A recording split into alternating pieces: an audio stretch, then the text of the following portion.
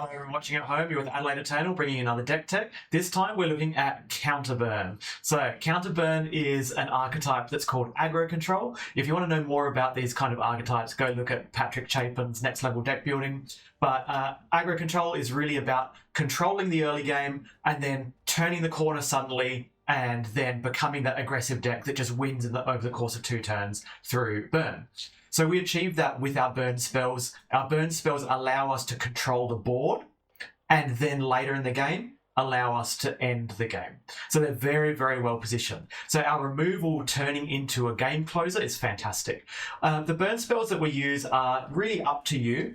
You are always going to play your lightning bolts. You're always going to play your fire and ices. These are incredibly flexible and incredibly efficient. The flex slots are things like incinerate. I like to go very mana efficient, so I use incinerate, but other people like to go for the late game closer. So they might go for Urza's Rage. So Urza's Rage, not very good at controlling the early game because it chews through your mana in order to pay 3 mana to remove a creature. But in the late game, if you have access to all of the mana at your disposal, you're going to be closing the game suddenly with a single spell. Really, really, really, really, really good. How do we actually build up to that point? Well, there's a few different ways we can build up to it. First of all, we've got our card draw spells, and you can look at cards like Factual Fiction as really the poster child for card draw in this format. But accumulated knowledge is your early game card draw. Your first ever accumulated knowledge is basically just a cycling card, but once you've set that up, it allows your every top deck of an accumulated knowledge to be a fantastic predict on steroids. It's ready to draw 2 cards straight away without any hoops to jump through. And also accumulated knowledge has a really good interaction with Factual Fiction because no matter what, the opponent is going to be in a catch-22 scenario where they're often going to be giving you 3 cards in either pile because one represents more cards by being in the graveyard with future accumulated knowledges and vice versa. So the other way that you can build up to that late game is one of my favorites here, which is Thawing Glaciers. So Thawing Glaciers is just a little one-off fun-off in my list. Not every list plays this, so it's entirely up to you. This gives you the opportunity to grind when you're in a control matchup. So if you're playing against an opposing control deck and you don't want to take the aggressive line, you are able to just sit behind that, and it does the same kind of duty that your opponents are doing when they're trying to cycle a Decree of Justice by getting some card advantage in the process of a little bit of board presence, which allows them to go further along in the game. It's the same kind of thing. It just puts onto the board lands, which then at a later date can be leveraged for more advantage. So this is a really useful little piece that I enjoy. The other useful slots in your land base are your creature lands. So you can play Fairy Conclave. This is probably the most popular one that's going to be the 4 of, but the remaining 4 lands that you want to play could be either Mishra's Factories or a mixture of Mishra's Factories and Gitu Encampments. So it really depends how much you want to go with untapped lands. I prefer to go with as many untapped lands as possible at the sacrifice of some stability in your mana base because you don't have colors. But you could do a 2-2 split with Gitu Encampments here if you really don't mind the turn 1 play of a tapped land and the late game top decks of tapped lands not costing you as much. So it's really up to you. Note that the mana base is a bit sketchy because it's an enemy colored pair, and you're going to find this in almost every enemy color pair in Premodern, especially the non-black ones that don't get a chance to play a tainted land. Now, knowing that, one of my choices in this particular list is to have a little bit of more early game interaction in the form of something like Chain of Vapor or Force Spike. These are 1 mana interaction pieces, and you'll find a lot of counterburn decks do not run these cards. So if you prefer and you're okay with sacrificing your early game and going, look, sometimes I'm just going to die to a Goblin Lackey no matter what, then you can eschew them and play more card advantage tools like an extra Factual Fiction. It's entirely up to you. There's a lot of flexibility you can have in some of these cards, but this is just my personal preference. In terms of finishing the game, so we've mentioned controlling the early game through counter spells and removal spells, and then closing the game with burn. There are other ways to close the game.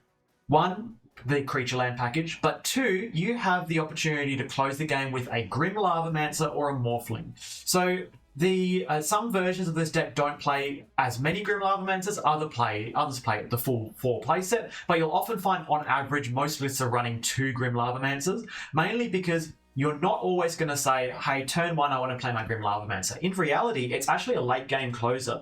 You've controlled the game, and your opponent now has removal spells that have been rotting in their hand. You play the Grim Lavamancer with your counter spells backed up. You allow the Grim Lavamancer to remove a few, to deal them 2 to 4 damage, sometimes more, and then you can close the rest with your burn spells.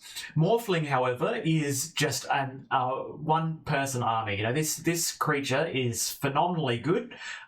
It used to be a lot better when damage went on the stack. You can go and find lots of historical articles about the nonsense around switching your power and toughness at the right time so that you can deal lots of damage and then take all the way up to 7 toughness worth of damage. But Morphling now is still decent. And I say decent because in red-blue, the slot of having a one-off, one-person army type of finisher card is actually kind of limited. This is not really the kind of deck that you want to play a card like Master Core in, but you could if you wanted to, if you particularly want to go down that line. However, Morphling actually sits really well in this particular deck. You have the ability to play it on turn 6 with 6 mana out, so you're ready to use its protection so that it sticks around.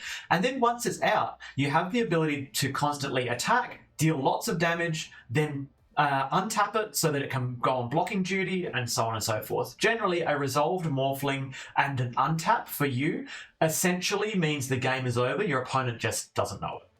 Now, your sideboard has a lot of flex slots in it. So a couple of staples are going to be your Annul and your Blue Elemental Blast. They are very obvious in the matchups that they bring in, that you bring them in for. But the flex slots are cards like Ivory Tower.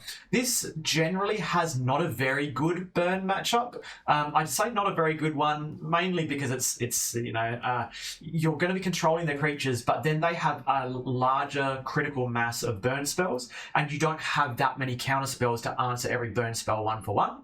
So you're going to rely on those Blue Elemental Blasts, and sometimes an Ivory Tower with some card advantage behind it will just spell doom for your burn opponent. So that's why it's a really cool flex slot in this type of list. Another flex slot is Overload. This can be Shattering Spree or some other artifact removal of your choice. You can Shattering Spree might not be it. Shattering Pulse, I think, is the card, the one that has buyback.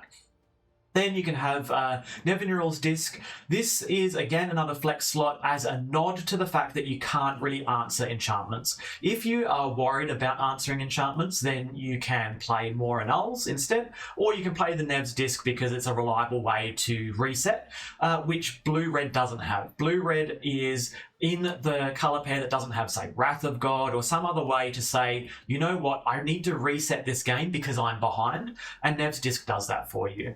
You could also instead play Powder Keg or something else along those lines. It's entirely up to you. Pyroclasm is a very useful card as well when you're answering literally anything that has overcommitted to the board. So this is another catch-up from behind card. And you can play any mix of Tormod's Crypts, Phyrexian Furnaces. It's entirely up to you. I play a Furnace in the main and a Furnace in the side, and you can always go up to 3 Furnaces if you want. If you have a lot of replenish in your metagame, then you might want to play Tormod's Crypt instead of your Phyrexian Furnaces. Entirely up to you. And again, another flex slot into Teferi's Response if you have a lot of Rishon Imports in your metagame. It's really the printing that was there to answer Rishon Import back in the day, so it still does the same thing 25 years later, which is excellent. So overall, you can see this deck clocks in at around $750, and that's just because these are the printings that I've chosen. I really like the old borders or retro borders, and these are the ones I like. But if you want to build on a budget, we have another version for you. It's exactly the same list, but we're going to use the cheapest printing. So let's have a look at it. And there you have it. This is using the cheapest printings. Some of them are new borders. Some of them are white borders with a retro frame. Some of them are weird borders. So it's entirely up to you. If you want to build this deck and you want to use the cheapest possible printings, then you might find that it clocks in at only around $200, which is fantastic for what I believe is a competitive deck. Is it tier 1? It's probably not tier 1, but it's definitely competitive. And in pre-modern, generally, you'll find that decks anywhere from tier 1 through tier 3 are commonly played, and you'll commonly see them occasionally top 8ing and then winning events, which then gets everyone on board with that strategy, and then suddenly it becomes more top tier because people are tuning it. So this is a really good choice if you like enemy colors, you like playing blue spells, you don't want to play a really slow, grindy land steal game where you have to really engineer scenarios where you can turn the corner slowly and eventually eke out advantage and then win. This is for the kind of player who likes control but wants to be able to turn on a dime suddenly and be the aggro deck. So if you like it, sleeve it up, let us know what you think, and if you like this video or any of the other videos where we're playing matches, then like and subscribe, really helps us out.